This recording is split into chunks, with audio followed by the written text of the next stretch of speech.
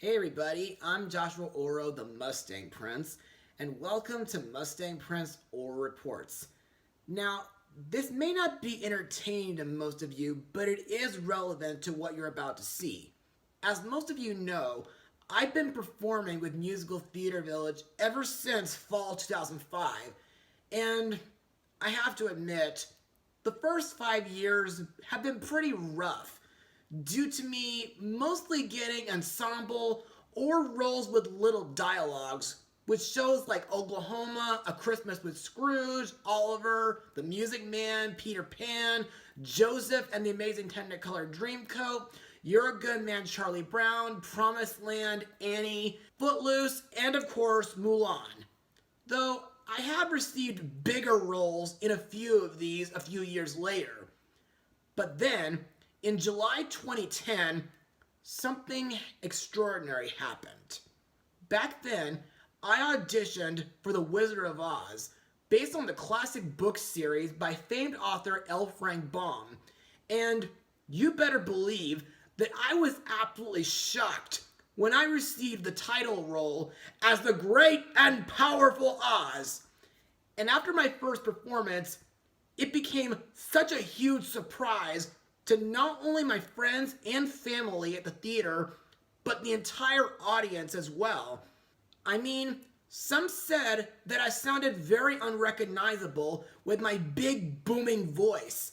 And of course, my director, Denise Fenton, said that I was the best wizard they ever had at the time. And over the years, not only did the theater see me as deeply improved, but they also gave me bigger acting roles. Plus, I got to perform as the wizard again during early 2014, not long after my first giant cell tumor surgery on my left femur. And I also performed as Dorothy's Uncle Henry. And this year, not only am I playing the wizard for my third time with Musical Theater Village, but I'm also playing his Kansas counterpart, Professor Marvel. Also to note, during my years of blogging on Mustang Prince Orro Reports on YouTube, I've only looked at 3 Oz-related films. First, I looked at Oz the Great and Powerful, which I thought was a pretty good movie, but James Franco doesn't really hold a candle to me, according to many of my Musical Theater Village friends.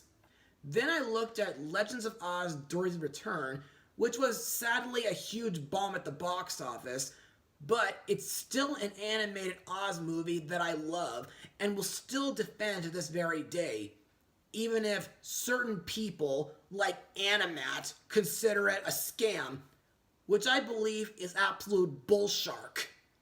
And the third Oz film that I blogged was Return to Oz, which is a fantastic movie, despite the fact that it is pretty dark. Not surprising since it was from the 1980s. But other than those 3 films, I know of a few other Oz properties that some folks may or may not know about, like Journey Back to Oz, starring Liza Minnelli, The Wiz, starring Diana Ross and the late Michael Jackson, The Muppets Wizard of Oz, starring Ashanti, The Wizard of Wonderland, which was a crossover between Dorothy and Alice, and it was a show that I saw on stage years ago, Wicked, which was not only a fantastic book, but it was also a fantastic stage musical, and I'm absolutely excited for the upcoming 2-part movie adaptations in 2024 and 2025. There's also The Lion of Oz, which is criminally underrated, The Wonderful Galaxy of Oz, which was like a Star Wars styled Oz TV series, The Wonderful Wizard of Oz anime series, aka Oso no Mahoutsukai from 1986, the Wizard of Oz anime film from 1982, which Huey Toonmore and the Cartoon Hero reviewed, Dorothy in the Land of Oz, which was a 1980 Thanksgiving special, the DiC animated Wizard of Oz TV series from 1990, the Lost in Oz web series from 2017 to 2018, Dorothy and the Wizard of Oz TV series from 2017 to 2020, the Oz Kids miniseries from 1996 to 1997, And let's not forget those insulting Tom and Jerry crossovers, which Isaac reviewed. And of course, the Disney read-along version, which, believe it or not, was the book that introduced me to Oz when I was very little. However, to celebrate my return to Oz with Musical Theater Village, I'm going to blog the classic Oz musical movie from Hollywood's golden age and see how it holds up these days. Released on August 25th, 1939, the movie is The Wizard of Oz. Now, let's get started. When a tornado rips through Kansas, Dorothy Gale and her dog Toto are whisked away in their house to the magical land of Oz.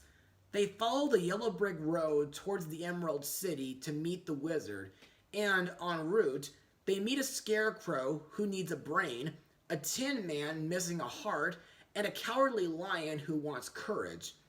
Upon meeting the wizard, he assigns the group to bring him the broomstick of the Wicked Witch of the West to earn his help. So, what do I think? Well, what can I say other than the fact that this is a musical and cinematic masterpiece? And to further explain what I mean, let's move on to Mustang notes. Now, production on the movie began when Walt Disney's Snow White and the Seven Dwarfs showed that films adapted from popular children's stories and fairy tale folklore could still be successful. In January 1938, Metro-Goldwyn-Mayer, or MGM for short, bought the rights to L. Frank Baum's hugely popular novel from Samuel Goldwyn. Goldwyn had toyed with the idea of making the film as a vehicle for Eddie Cantor, who was under contract to Samuel Goldwyn Productions. The film's primary director was Victor Fleming, who sadly left the production to take over the troubled Gone with the Wind. And it was written by Noel Langley, who delivered it as a 4-page outline and then turned it into a 43-page treatment and a full film script. During filming, Victor Fleming and John Lee Mahan revised the script further, adding and cutting some scenes. The final draft of the script was completed on October 8, 1938, following numerous rewrites.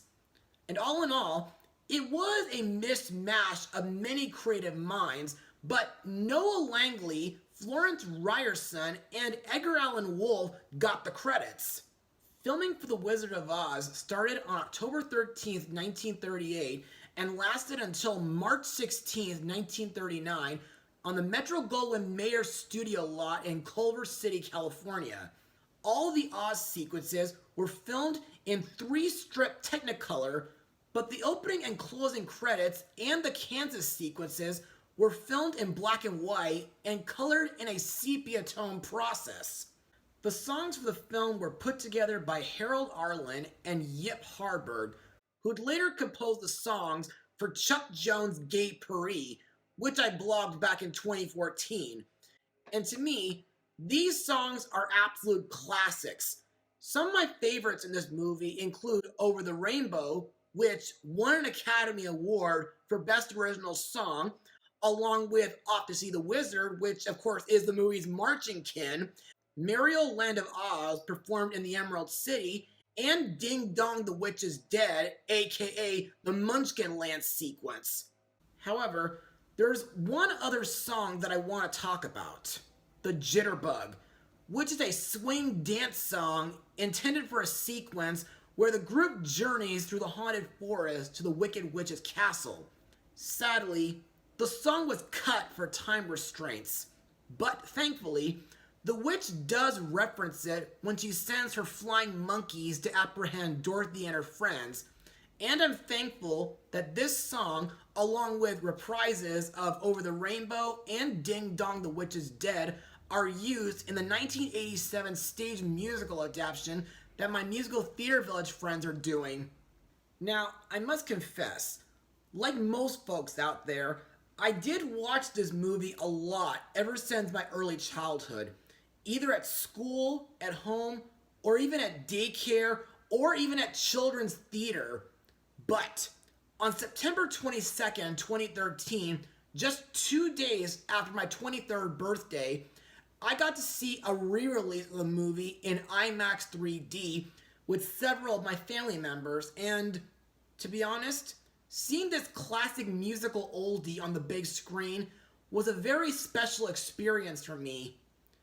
Also, to this day, I think this movie still holds up as a legendary and timeless classic, not just with the beautiful colors, but also with the sets, the special effects, the makeup, and the costumes.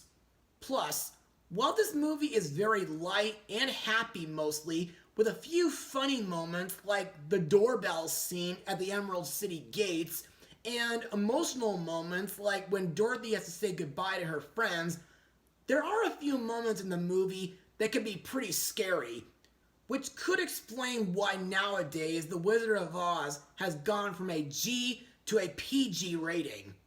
Also to mention, last year, courtesy of my sister Sabrina, I got to see several props and artwork from the movie on display at the Museum of the Academy of Motion Pictures Art and Sciences. So, now that we got Mustang notes out of the way, let's move on to the film's cast. Our main character, Dorothy Gale, is played by the legendary Judy Garland, who acted in several other classic films, and she voiced Musette in Chuck Jones' Gay Paris. Now, as I said in my Judy 2019 blog starring Renee Zellweger, I thought Miss Garland has gone through some really frustrating issues which really affected her health. Anyway, I think Judy's performance as Dorothy is fantastic, especially with how beautiful her singing voice is. And ever since my childhood, while she is desperate to get back home to Kansas in order to make amends with her aunt, I think she's a brave and friendly young woman. Next is her faithful dog Toto, played by a dog named Terry. To me, like most versions, Toto is a smart and gentle dog, depending on who he's with. And my favorite moments is when he escapes from Miss Gulch's bike and runs back home to Dorothy, the scene where he escapes the Wicked Witch's castle in order to get help from Dorothy's friends, and when he blows the wizard's cover by pulling back the curtain. However, I didn't really think it was smart of Toto to chase after a Siamese cat right before the wizard was about to take off in his balloon. Next we come to Dorothy's first new friend, the Scarecrow, played by Ray Bolger, who would later play the evil Barnaby in Disney's Babes in Toyland, which I think I should blog this coming Christmas season. In my opinion, the Scarecrow would have to be my favorite out of Dorothy's friends whom she meets while on her journey to the Emerald City. And despite the fact that he doesn't believe that he has a brain, I think the Scarecrow becomes very smart as the film progresses due to his experience, especially the part when he, Tin Man, and Cowardly Lion try to rescue Dorothy from the Wicked Witch's castle. Plus, at the end of the movie, after the wizard leaves in his hot air balloon, the Scarecrow becomes the new ruler of Oz. Also to note, all three of Dorothy's friends have Kansas counterparts, whom are farmhands on the Gales farm named Hunk, Zeke, and Hickory. Next is the Tin Man, played by Jack Haley.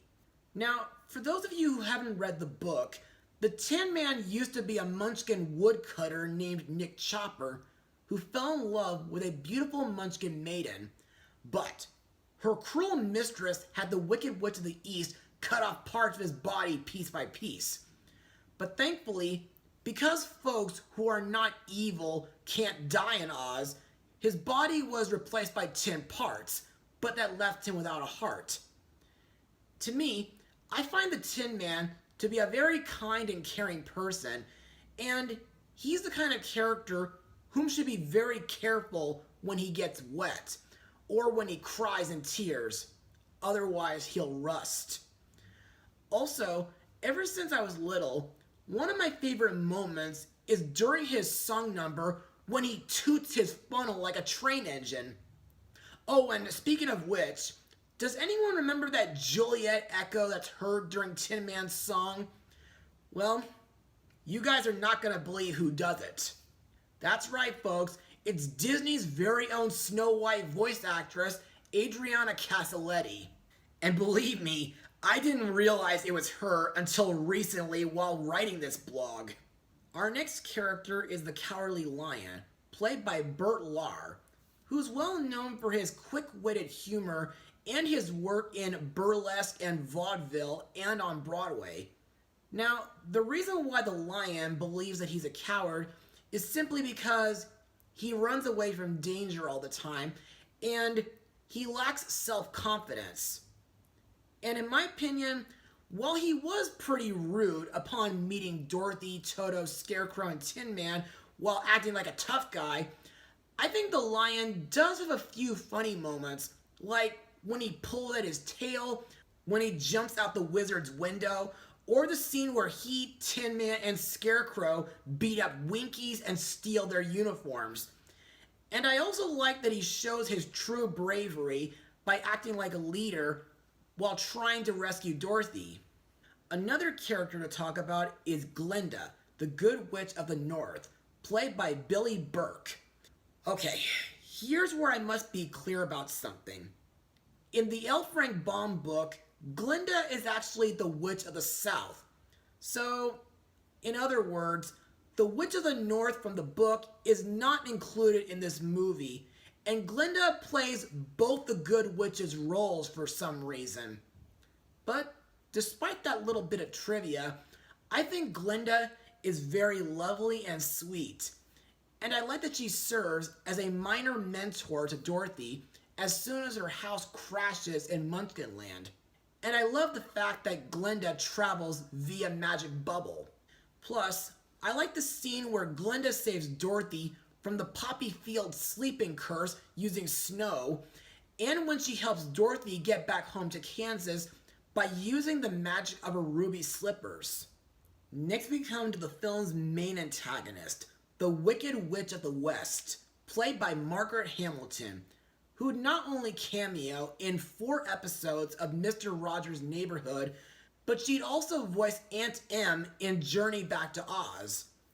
Now, I'm sure anyone who's ever seen this movie always remember how much the Wicked Witch scared them, especially during that crystal ball scene. And to this day, I believe Margaret Hamilton did her best to make sure that her character was a threat to both Dorothy and her friends, with her ugly green face, her black clothing, the way she walked, the way she talked, and even that famous cackle of hers. And throughout this movie, she's willing to stop at nothing to get Dorothy's ruby slippers, which originally belonged to her sister, the Wicked Witch of the East. Also, compared to the original L. Frank Baum book, the movie's witch has way more appearances, not only during the scene where she threatens Dorothy in Munchkinland, but also during the part where she attacks the group with fireballs and the part where she sends her army of flying monkeys into the haunted forest to capture Dorothy and Toto. But unlike in the book, she does not use her golden cap. Plus, like in the book, the witch's one weakness is water, which melts her if she ever got wet. Which kind of makes you wonder, why would she keep a pail of water in one of the towers? Also to note, the witch's Kansas counterpart is a wealthy landowner named Elmira Gulch, whom during the beginning of the movie, by order of the sheriff, threatens to have Toto put to sleep for biting her on the leg and for going into her garden and chasing her nasty old cat. Also, while this movie doesn't really reveal what happened to her after the twister, some stage plays say that Gulch is recovering in the hospital after crashing her bike due to the tornado, or that a telegraph pole fell on her and injured her leg. Finally, we come to my character, the great and powerful Wizard of Oz, played by Frank Morgan, who also plays my newest Oz character, Professor Marvel, the gatekeeper, the carriage driver, and the guard, who I think is either named Lord Growly or Ambi. Anyway, ever since my early childhood, seeing the wizard as a floating green head projected on a huge pipe organ not only makes him look great and powerful as all the other Ozians describe him to be, but at the same time, he's very mysterious, and his voice is very booming and intimidating, especially when he's surrounded by green smoke and flames of shooting fire. And as I previously said earlier, it really was a huge surprise that I did this as my first big break at Musical Theater Village back in 2010, and I'm absolutely looking forward to doing it again for my third time. However, while Oz is willing to grant Dorothy and her friends their requests and wishes, he'll only do it on the condition that they bring him the Witch of the West broomstick in order to prove that they are worthy enough to deserve his assistance and his usage of power. Later, upon fulfilling their task, Dorothy and friends find out, courtesy of Toto, that the wizard was, in reality, an old man who's also from Kansas and came to Oz in a hot air balloon that was caught in a storm on a windy day at the circus fair. As for Marvel, well, I think he's a pretty friendly fortune teller, and I kind of like that he used his crystal ball to help Dorothy realize how selfish she's been by not thinking about her aunt's feelings and not taking her guardians into consideration. Plus, I thought Marvel was a very caring guy due to him hoping that Dorothy makes it home safely when the twister happens, and when he visits the Gale's house to see if Dorothy's alright at the end of the movie. And now let's move on to my final words. Overall, to this day, The Wizard of Oz is a cinematic musical masterpiece. The story is inspirational and timeless, even though there were some parts from the book that were cut or altered. The cinematography is great for the time, the colors are beautiful, the special effects are amazing, the songs are legendary, the characters are all memorable, and the actors all do an amazing performance. Also, I feel like this is a movie worth watching if you ever want to introduce your children to Oz, along with the other 3 Oz films that I blogged a long time ago. But, as I said before, while this movie is all light and happy, there are a few moments that can be very terrifying for the little ones. So, make sure you watch it with them. As for my rating, I'll give it a full 100%. But, before I go, I want to ask everybody watching to come see me perform in The Wizard of Oz at Musical Theater Village. The show will be performing from February 10th through March 12th, and if you want to see it, I highly recommend that you go to this website for ticket information, and I guarantee that you'll be absolutely blown away. Well, that's all for now. Be sure to join me next time where I look at an animated Disney oldie, which includes 7 animated musical shorts. Mustang Power. If the sky gets cloudy and the blue